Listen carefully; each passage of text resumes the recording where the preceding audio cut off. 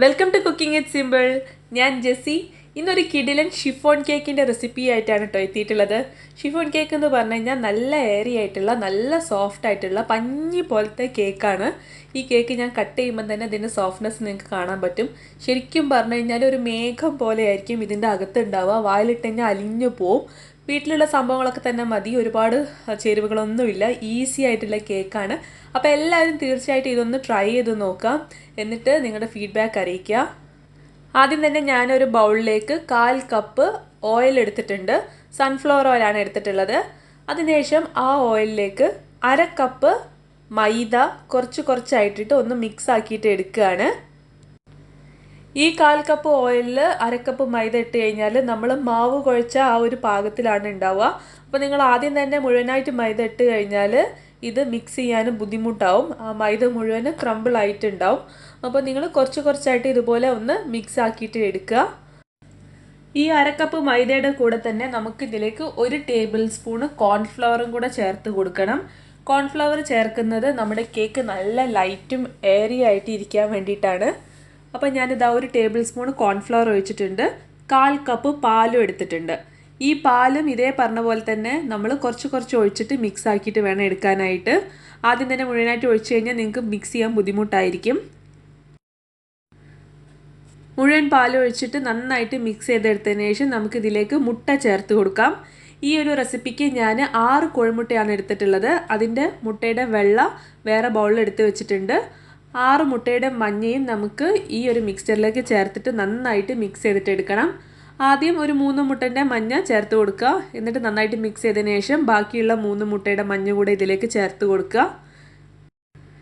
നമ്മൾ ഈ ഒരു കേക്കിൽ പ്രത്യേകിച്ച് ബേക്കിംഗ് പൗഡറോ ബേക്കിംഗ് സോഡയോ ഒന്നും ചേർക്കുന്നില്ല. അതുകൊണ്ടാണ് നമ്മളിതിൽ 6 കോഴിമുട്ട എടുത്തിട്ടുള്ളത്. അതുപോലെ തന്നെ നമ്മുടെ കേക്ക് നല്ല ലൈറ്റും സോഫ്റ്റും ആയി ഇരിക്കാനും കൂടെ വേണ്ടിയിട്ടാണ്. 6 മുട്ടയുടെ മഞ്ഞയും മിക്സ് ചെയ്ത് കഴിഞ്ഞാൽ ഈ ഒരു പാകത്തിലാണ് നമ്മുടെ മാവ് ഉണ്ടാവുക. മുട്ട എടുക്കുന്ന സമയത്ത് തണുത്ത മുട്ട എടുക്കരുത്. ഫ്രിഡ്ജിൽ നിന്ന് പുറത്തെടുത്ത് വെച്ചതിന് ശേഷം മാത്രം മുട്ട ഉപയോഗിക്കുക. ഇനി ഈ ഒരു മിക്സ്ചറിലേക്ക് നമുക്ക് 1 ടീസ്പൂൺ വാനില എസൻസ് കൂടെ ചേർത്ത് കൊടുക്കാം. മുട്ടയുടെ മണമൊക്കെ പോകാൻ വേണ്ടിയിട്ടാണ്. 6 മുട്ട ചേർക്കുന്ന വിചാരിച്ചിട്ട് ഈ കേക്കിന് മുട്ടയുടെ മണമോ ടേസ്റ്റോ ഒന്നും ഉണ്ടാവില്ല. ഈ ഒരു വാനില എസൻസ് ചേർത്താൽ മാത്രം മതി. അപ്പോൾ ഈ ഒരു പാകത്തിലാണ് ഈ ഒരു മിക്സ്ചർ ഉണ്ടാവുക. ഇനി നമുക്ക് നമ്മൾ മാറ്റി വെച്ചിട്ടുള്ള 6 മുട്ടയുടെ വെള്ള നന്നായിട്ട് ബീറ്റ് ചെയ്യണം. അതിലേക്ക് ഞാൻ 1 ടീസ്പൂണ് നാരങ്ങ നീര് ചേർത്തിട്ടുണ്ട്. അതേപോലെ തന്നെ 1/4 കപ്പ് പഞ്ചസാരയും എടുത്ത് വെച്ചിട്ടുണ്ട്. ബീറ്റർ ഉപയോഗിച്ചിട്ട് ചെറിയ സ്പീഡിൽ നിന്ന് തുടങ്ങിയിട്ട് സ്പീഡ് കൂട്ടിയിട്ട് വേണം അടിക്കാനായിട്ട്. ആദ്യം തന്നെ ഹൈ സ്പീഡിലിട്ടിട്ട് അടിക്കരുത്. അടിക്കുന്നതിൻ്റെ കൂടെ തന്നെ നിങ്ങൾ ഈ പഞ്ചസാര കുറച്ചായിട്ട് ഇട്ട് കൊടുക്കുക. എന്നിട്ട് നല്ല സ്റ്റിഫ് പീക്സ് ആവുന്നത് വരെ ഇത് അടിച്ചെടുക്കുക. നമ്മൾ ആദ്യം തന്നെ ഇതിൽ ലെമൺ ജ്യൂസ് ചേർക്കുന്നത്, നാരങ്ങ നീര് ചേർക്കുന്നത് എന്തിനാണെന്ന് വെച്ച് കഴിഞ്ഞാൽ നമുക്ക് ഇതൊന്ന് സ്റ്റെബിലൈസ് ചെയ്ത് കിട്ടാൻ വേണ്ടിയിട്ടാണ്. നല്ല സ്റ്റിഫായിട്ടുള്ള പീക്സ് തന്നെ നമുക്ക് ആയി കിട്ടും. ഈ ഒരു പാകം ആയിക്കഴിഞ്ഞാൽ നല്ല വൈറ്റ് മഞ്ഞ് പോലെ ആയിക്കഴിഞ്ഞാൽ നിങ്ങൾ ഇത് ഓഫ് ചെയ്യുക. എന്നിട്ട് അടിച്ചു വെച്ചിട്ടുള്ള എഗ് വൈറ്റിൽ നിന്ന് ഇതേപോലെ 2 സ്കൂപ്പ് എടുത്തിട്ട് നമ്മൾ നേരത്തെ റെഡിയാക്കി വെച്ചിട്ടുണ്ടായിരുന്ന എഗ് യോക്ക് മിക്സ് ചെയ്തിട്ടുണ്ടായിരുന്ന ആ ഒരു മിക്സ്ചറില്ലേ, അതിൻ്റെ അകത്തേക്ക് ഇതുപോലെ മെല്ലെ ഫോൾഡ് ചെയ്ത് കൊടുക്കുക. കട്ട് ആൻഡ് ഫോൾഡ് മെത്തേഡിലാണ് ഇത് മിക്സ് ചെയ്യേണ്ടത്. ഒരുപാട് സ്പീഡിൽ അടിക്കുകയോ വിപ്പ് ചെയ്യുകയോ ഒന്നും ചെയ്യരുത്. അങ്ങനെ ചെയ്ത് കഴിഞ്ഞാൽ നമ്മൾ ഈ എഗ് വൈറ്റിൽ അടിച്ച് കയറ്റിയിട്ടുള്ള എയർ പോവും, നമ്മുടെ മാവ് ലൂസായി പോവും. അപ്പോൾ പതുക്കെ ചെയ്യുക. ആദ്യത്തെ ബാച്ച് മിക്സ് ആയി കഴിഞ്ഞാൽ ഇതേപോലെ തന്നെ വീണ്ടും 2 സ്കൂപ്പ് എഗ് വൈറ്റ് ഇടുക. എന്നിട്ട് ഇതേപോലെ മിക്സ് ചെയ്തിട്ട് എടുക്കുക. നിങ്ങൾ അടിച്ചു വെച്ചിട്ടുള്ള എഗ് വൈറ്റ് തീരുന്നത് വരെ ഈ ഒരു മെത്തേഡിൽ മിക്സ് ചെയ്ത് കഴിഞ്ഞാൽ ഈ രീതിയിൽ ബാറ്റർ നിങ്ങൾക്ക് റെഡിയായി കിട്ടും. നല്ല സ്മൂത്ത് ആയിട്ടുള്ള നല്ല ഷൈനി ആയിട്ടുള്ള ഒരു ബാറ്ററാണ് ഉണ്ടാവുക. ഇനി നമുക്ക് ഇത് ബേക്ക് ചെയ്യാനായിട്ട് വെക്കാം. ഇത് ബേക്ക് ചെയ്യാനായിട്ട് ഞാൻ 7/4 ഇഞ്ചിൻ്റെ ഒരു ബേക്കിംഗ് ടിന്നിൻ്റെ അടിയിൽ ഒരു ബട്ടർ പേപ്പർ വിരിച്ചിട്ടുണ്ട്. അതിൻ്റെ അകത്തേക്ക് ഈ ബാറ്റർ ഒഴിച്ചു കൊടുക്കുകയാണ് ചെയ്യുന്നത്. ബാറ്റർ ഒഴിച്ചതിന് ശേഷം ഒന്ന് ടാപ്പ് ചെയ്ത് കൊടുക്കുക. അതിനുശേഷം നമുക്ക് ഇത് ബേക്ക് ചെയ്യാനായിട്ട് വെക്കാം.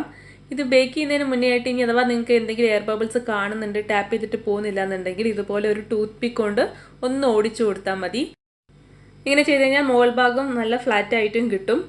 ഇനി നമ്മൾ റെഡിയാക്കി വെച്ചിട്ടുള്ള ഈ ഒരു ബേക്കിംഗ് ടിന്ന് നമുക്ക് വേറെ ഒരു ബേക്കിംഗ് ട്രേയിലേക്ക് ഇറക്കി വെക്കുക. അതിനകത്ത് നല്ല ചൂടുള്ള വെള്ളം കുറച്ച് ഒഴിച്ചു കൊടുക്കുക. ഒരുപാടൊന്നും വേണ്ട. താഴെ വെച്ചിട്ടുള്ള ബേക്കിംഗ് ട്രേൻ്റെ ഒരു 1/3 പോർഷനിൽ വരെ മതി. അതിനുശേഷം ഇത് 160 ഡിഗ്രി സെൽഷ്യസിൽ പ്രീ ഹീറ്റ് ചെയ്ത ഓവനിൽ ബേക്ക് ചെയ്യാനായിട്ട് വെക്കാം. എനിക്ക് എൻ്റെ ഓവനിൽ മൊത്തം 50 മിനിറ്റാണ് ഇത് ബേക്ക് ചെയ്യാനായിട്ട് എടുത്തിട്ടുള്ളത്. അപ്പോൾ 45 മുതൽ 55 മിനിറ്റിനിടയിൽ നിങ്ങൾക്ക് ഈ ഒരു കേക്ക് ബേക്കായിട്ട് കിട്ടും. നമ്മുടെ കേക്ക് നല്ല മോയ്സ്റ്റ് ആയിട്ട് ഇരിക്കാൻ വേണ്ടിയിട്ടും അതേപോലെ സൈഡൊന്നും ബേൺ ആവാതിരിക്കാൻ വേണ്ടിയിട്ടാണ് ഇതുപോലെ ചൂടുള്ള വെള്ളത്തിൽ വെച്ചിട്ട് നമ്മൾ ബേക്ക് ചെയ്തിട്ട് എടുക്കുന്നത്. ബേക്കായി വന്നു കഴിഞ്ഞാൽ മുകൾ ഭാഗം നല്ല ലൈറ്റ് ബ്രൗൺ കളർ ആയിരിക്കും. ഇനി നമുക്കിത് ചൂട് തണയാനായിട്ട് വെക്കാം. ചൂട് തണഞ്ഞു കഴിഞ്ഞാൽ കേക്ക് ഒന്ന് ഷ്രിങ്ക് ആവും എന്ന് പറഞ്ഞു കഴിഞ്ഞാൽ സൈഡിൽ നിന്നൊക്കെ വിട്ട് വരും. അതുപോലെ മുകൾ ഭാഗം ഒന്ന് താന്ന് കുറച്ചൊന്ന് ചുരുങ്ങിയിട്ടാണ് ഉണ്ടാവുക. എഗ് വൈറ്റ് ഇട്ട് ഫോൾഡ് ചെയ്ത് ബേക്ക് ചെയ്തെടുക്കുന്ന എല്ലാ കേക്കിനും ഈ ഒരു സംഭവം ഉണ്ടാകും. നമ്മളിത് പ്രത്യേകിച്ച് ബേക്കിംഗ് പൗഡറോ ബേക്കിംഗ് സോഡയോ ഒന്നും ചേർത്തിട്ടും ഇല്ലല്ലോ. പിന്നെ ഇതിന് വേറെ ശ്രദ്ധിക്കേണ്ട ഒരു കാര്യം, നിങ്ങളത് ഓവണിന് ബേക്കായ അപ്പം തന്നെ പുറത്തേക്ക് എടുക്കരുത്. ഓവണിന് കുറച്ച് നേരം നിങ്ങൾ ഓവൻ്റെ അകത്ത് തന്നെ ലീവ് ചെയ്യുക. അതായത് ഒരു 5 മിനിറ്റ് നിങ്ങൾ ഓവൻ്റെ ഡോറ് തുറന്നിട്ട് അത് അങ്ങനെ തന്നെ ഓവൻ്റെ അകത്ത് വെക്കുകയാണെന്നുണ്ടെങ്കിൽ ഇത് ഒരുപാട് ഷ്രിങ്കായി പോവില്ല. അപ്പോൾ അതൊരു ടിപ്പാണ്. കേക്ക് നന്നായിട്ട് ചൂട് കളഞ്ഞതിന് ശേഷം ഇതുപോലെ മറിച്ചിടുക. എന്നിട്ട് നമ്മൾ അടിയിൽ വെച്ച ബേക്കിംഗ് പേപ്പർ എടുത്ത് കളയാം. നല്ല സോഫ്റ്റ് ആയിട്ടുള്ള കേക്കാണ്. കേക്കിൻ്റെ ടെക്സ്ചർ നിങ്ങൾക്ക് നോക്കിയാൽ തന്നെ മനസ്സിലാവും. നല്ല സ്പഞ്ചി ആയിട്ടുള്ള കേക്കാണ്.